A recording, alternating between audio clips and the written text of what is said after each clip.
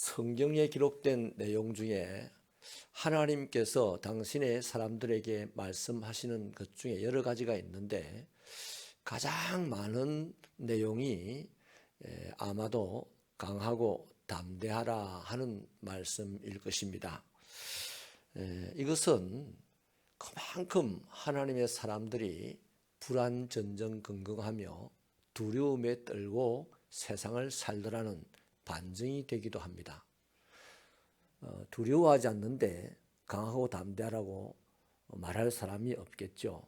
하나님은 모든 것을 아시는 분인데 어찌 담대한 사람 보고 담대하라 하겠습니까? 오늘 여호수아도 마찬가지로 두려움에 벌벌 떨고 있었습니다.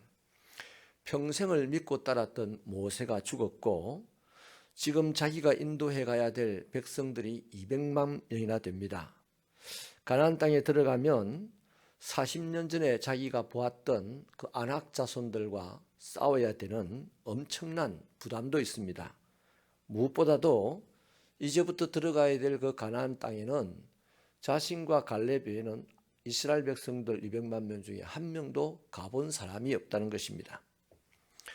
거기다가 툭 하면 이스라엘 백성들은 안 간다고 뻗태고 불평하고 심지어는 돌로 들고 지도자를 죽이려고 덤비는 그런 사람들이었습니다. 그러니 지금 이 상황은 두려움을 넘어서 눈앞이 캄캄할 상황입니다.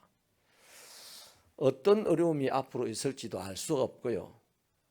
정말 잠이 안 왔을 것인데 그런 여호수아에게 하나님이 나타나셔서 하신 말씀이 강하고 담대하라고 말씀을 하십니다. 이유가 뭐냐 하니까 여호수아가 강력한 힘이 생겼어도 아니고 특별한 역사가 일어났어도 아니고요. 그 이유는 하나님이 너와 함께 하실 것이기 때문이다 라는 것이 이유였어요. 하나님이 번개를 치고 벼락을 치고 이렇게 하는 것도 아니고 또 하나님이 상대방을 앞에서 추풍나게 춘죽이는 것도 아니고 그냥 하나님이 함께 할 테니 너 강하고 담대해라. 요거 믿어지면 할 수가 있고 안 믿으시면 당신이나 강하세요. 그러고 말 일이죠. 그리고 하나님께서는 약속대로 여호수아와 함께 하셔서 마침내 이스라엘이 가나안 땅 전부를 정복하고 정착하게 됩니다. 가나안을 정복하고 정착한 것이 중요한 게 아니고요. 하나님이 함께 하셨다는 것이 중요한 것이죠. 여러분, 우리도 살면서 가보지 않은 길을 가야 할 때가 많습니다. 새로운 학교에 들어가는 아동들도 있을 것이고 또 직장에 들어가는 청년들도 있을 것이고 또 전혀 새로운 곳에서 살아야 하는 이사하는 분도 있을 것이고 이런 모양 저런 모양으로 환경이 바뀌는 사람들이 있습니다. 또 결혼을 하는 사람도 있고 부모가 되는 사람도 있고 엄청난 변화를 많이 겪게 되죠. 그것 다 한 번도 안 가본 길을 가고 있는 거거든요. 어떤 사람은 자신이 사랑하는 사람을 잃고 슬픔의 길을 앞으로 가야 하는 사람도 있습니다.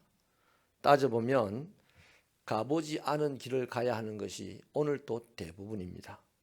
경험해보지 않은 길 앞에서 우리는 설렘으로 맞이하는 사람도 있고 두려움으로 맞이하는 사람도 있는데 슬픔의 길이 예견되어 있다면 다 두려움으로 그 길을 맞이하게 될 것입니다. 어떤 아픔을 겪었다면 더더욱 두려움으로 맞게 되겠죠. 이 아픔이 계속되면 어떡하나 이런 두려움이죠. 그런 우리들에게도 하나님은 지금 여전히 말씀하십니다.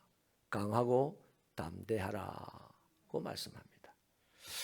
하나님의 함께 하심은 여호수아에게 임하셨던 것처럼 또 폭풍처럼 다가올 때도 있지만 오랜 시간 동안 잠잠하게 함께 하실 때도 있습니다. 어쩌면 그 당시에 우리가 깨닫지 못해도 지나고 돌아보면 하나님이 함께 하셨구나. 저는 제가 붙인 별명이 좌충우돌입니다. 천방지축 좌충우돌이 제가 붙인 제 별명이거든요.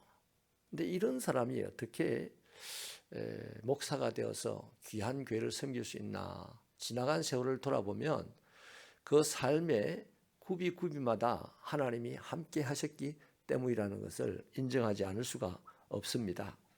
여러분, 하나님은 우리를 위해서 당신의 아들을 아낌없이 십자가에 내어주어 죽는 것도 보시지 않았습니까? 얼마나 힘드셨으면 아들이 죽을 때 얼굴을 돌려서 온 세상이 캄캄하기도 했습니다.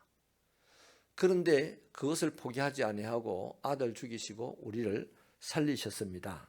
그러니 하나님께서 함께 하시겠다는 이 약속의 말씀을 믿으십시오.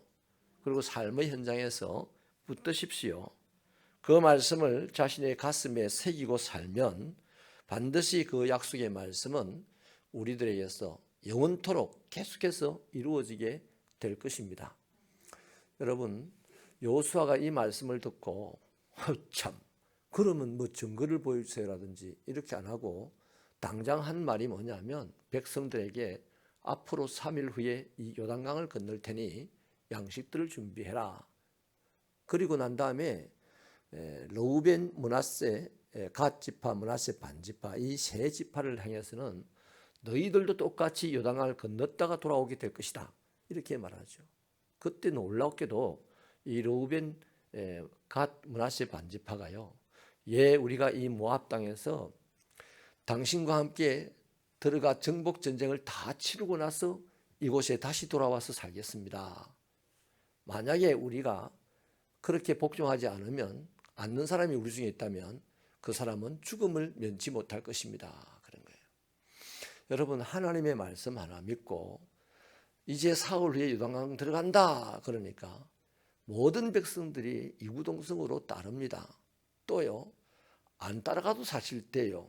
요단강 동편에 지금 자기들이 살 곳이 있기 때문에 이 사람들 너희끼리 가서 너희끼리 정복해라 이래도 될 텐데 가자고 하니까 우리 가겠다. 우리 중에 안 가겠다고 하는 사람은 죽여버릴 것이다. 이렇게 복종을 합니다. 뭐 여호수아가 갑자기 뭐 알통이 이렇게 생겼습니까? 여호수아가 갑자기 뭐 예언을 합니까? 아니잖아요. 어제의 여호수아가 오늘의 여호수아입니다. 어제 모세의 종이었어요. 지금도 여전히 모세가 죽어가지고 전전긍긍하고 있어요. 그런데 뭐 때문에요? 하나님의 말씀을 붙잡고 담대해지니까 만 사람이 그 앞에 복종하더라. 하나님께서는 담대한 사람의 입술의 말을 땅에 떨어뜨리지 않습니다. 반드시 열매 맺게 하십니다. 성경을 다 찾아보십시오. 한 명도 그런 적이 없어요. 다 담대한 사람은 그 말대로 하나님이 실행에 옮겼습니다. 이런 축복의 신앙생활이 저와 여러분의 삶의 현장에 있기를 축원합니다.